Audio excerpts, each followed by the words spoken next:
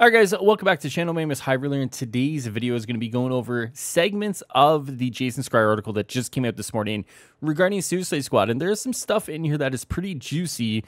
Now, I would recommend that you guys read the whole thing here because it's a holistic approach and view of Suicide Squad and Rocksteady moving forward, right? But we're going to focus in on some of the main parts here that talk about just how, I guess fucked up that development of this game was, because it just seems like there was so much going against this team, and some of it was from inside their own studio as well. So let's talk about what this article says and go over the main points here about Suicide Squad from the past and moving forward. Now, I am starting about halfway down here because there's so much that we need to cover, right? So Jason Schreier writes, in August of 2020, after 3 years and multiple delays, Rocksteady finally revealed its plans, telling fans Suicide Squad would be released in 2022. But additional frustrations kept piling up. The project's massive world and 4 playable heroes were a significant increase in complexity from the Arkham games. Engineers, under the impression that they were rushing towards an immutable deadline, prioritized short-term fixes that later proved to be hindrances as the release date kept getting pushed back. Staff members sometimes waited weeks or months for Hill, which is one of the co-founders of Rocksteady who had left, the studio's perfectionist co-founder and director of the game, to review their work, said the people familiar, creating a bottleneck that further slowed development. He scrapped big chunks of the script and struggled to convey his evolving ideas, they said, confessing that he hadn't spent much time with competing games such as Destiny.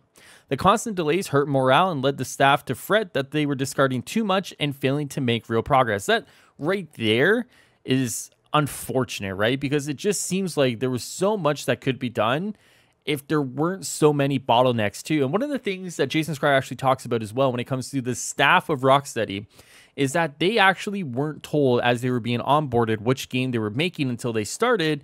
And honestly, from what he had said, people had actually left because they were making Suicide Squad and not a traditional Rocksteady game, right? So obviously, there is a little bit of brain drain that goes on between a lot of these studios sometimes, but it does seem like there was a significant amount of brain drain for Jason Schreier to write about it, and it just makes me wonder, how people kind of took to the idea of making this game instead of what Rocksteady's known for, which is like those single-player epic experiences, right?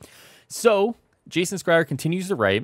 At one point, Hill pitched an elaborate system of vehicles that would allow players to deck out cars with weapons and navigate through the game's alien-infested streets.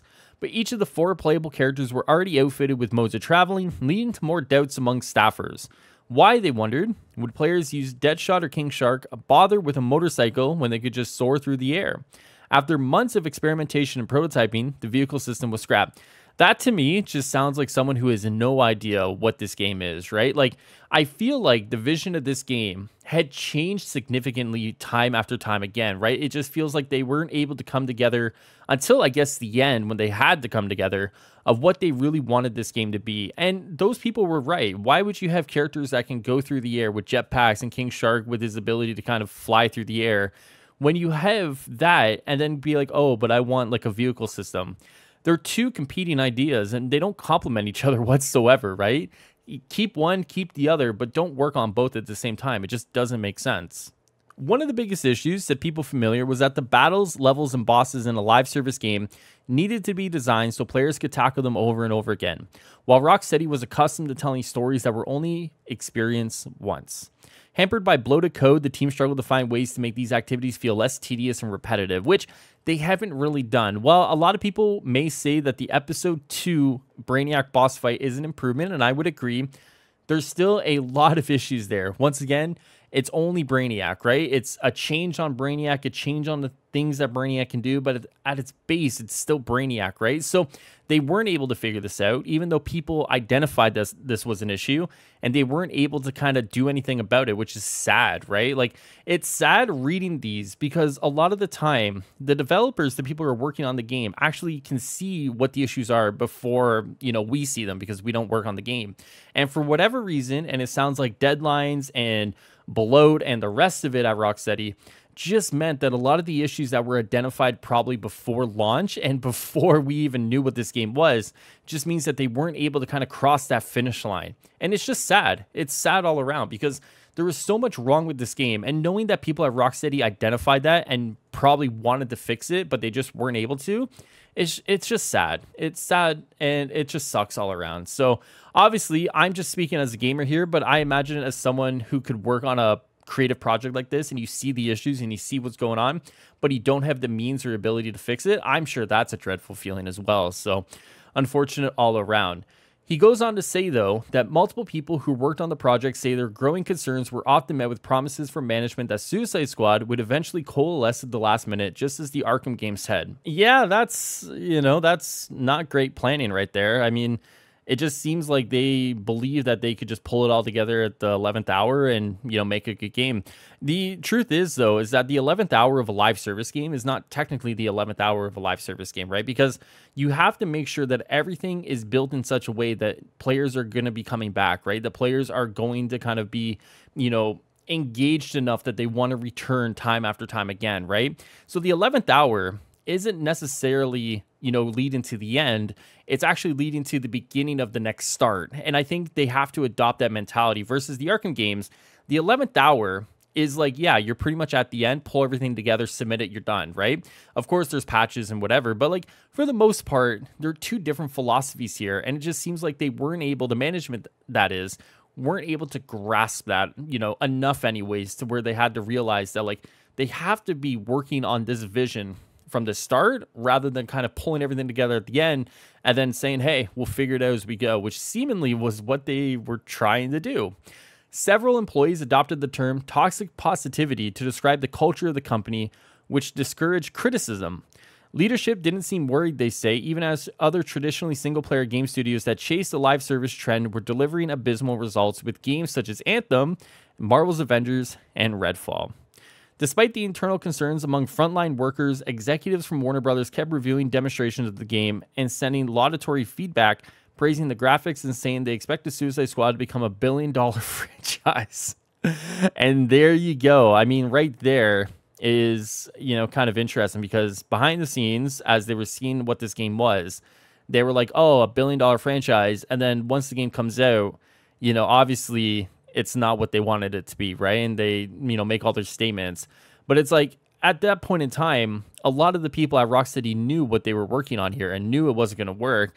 And it just wasn't able to be, kind of articulated that this, at the core of its vision, just wasn't working for many of the different reasons here. It's just sad to read. So, Jason says, whatever the outcome, the studio's co-founders wouldn't be there to see it through. In the fall of 2022, Warner Bros. Announced that Hill and Walker were leaving Rocksteady to work on a new adventure, and that a pair of longtime employees, Nathan Burlow and Darius Sajian, were being promoted in their wake. The change in leadership shocked the Rocksteady staff, and Hill and Walker said little in public to elaborate on their reasons for leaving. Later, when they started a new studio called 100 Star Games, they told potential recruits from Rocksteady that they would have the opportunity to make a game free of the mandates and pressures from a corporation like Warner Brothers. Not long after the pair left, Suicide Squad was shown to the world for the first time in a digital PlayStation showcase that revealed 10 minutes of footage. Fans were largely unimpressed and slammed the preview for looking generic and repetitive. One Forbes writer described it as live service hell. Shortly after the showcase, Warner delayed the release again, leading fans to wonder if Rocksteady might pivot away from the uninspired looter-shooter genre to something else entirely, but it was too late. In February 2024, Rocksteady released Suicide Squad. Employees were hopeful that players might enjoy individual pieces such as beautiful graphics or clever banter, but critics panned the overall experience, ranking alongside other live service flops with a 60 out of 100 on Metacritic, and the game failed to reach a wide audience despite a pricey marketing campaign that included network TV commercials. Despite the painful setback, Warner Brothers isn't giving up on video games, a $262 billion global industry, according to PwC, that will grow to $312 billion in 2027. During the February meeting in London, Haddad said that Warner Brothers Games was looking to do more collaboration between its dozen studios and that the company was understaffed compared to competing publishers, so job cuts at Rocksteady wouldn't make sense. So there you go. I think a lot of people had started looking towards Rocksteady to see if they were going to cut anybody, right? And I had wondered that as well because we had seen so much layoffs in the industry, and we just saw the other day that Behavior, the developer and publisher behind Dead by Daylight, had also just cut a bunch of staff. I believe it was 90 employees, right? So we look at a lot of these situations now with such a critical eye because a lot of the time it does lead to job losses. So it's nice to say that they aren't going to cut anybody, that they aren't firing anybody, and that Rocksteady will pivot in order to kind of, retain all those employees as best they can. Many of the studio's employees are now helping to develop a new director's cut version of Hogwarts Legacy. At the time, according to people familiar, the studio leaders are looking to pitch a new single-player game which will return Rocksteady to its roots. Yep, I think that's kind of what I'd said over the last couple of videos, that they were looking to probably pitch something which is a single-player game, which Rocksteady is known for. It's nice to see that that is kind of, confirmed at this point. Obviously, I think a lot of people were kind of wondering what, Rocksteady is doing now, and it does seem like, yeah, with the way things are going with Suicide Squad, them pivoting and working on a different game, being a support studio, does kind of line up with the slow updates and everything else going on. So once again, that makes a lot of sense too. What this means for Suicide Squad after the last video that I talked about with them kind of stopping their community updates or their weekly developer updates is that, yeah, I mean, it's kind of dead in the water. It's been dead in the water for a while, but I think an article like this, what it does is that it just kind of confirms it, right? It just plants that flag and says, like, this is pretty much over, right? The updates are going to get smaller. They're going to get less frequent. And honestly, I think at this point, it's just kind of a wrap, So hurts to say because, like I said, I really enjoy the game and parts of what Rocksteady did, right? There's a lot there that I think is good, but as a total package, obviously it does fall short. On the live service stuff, it falls short.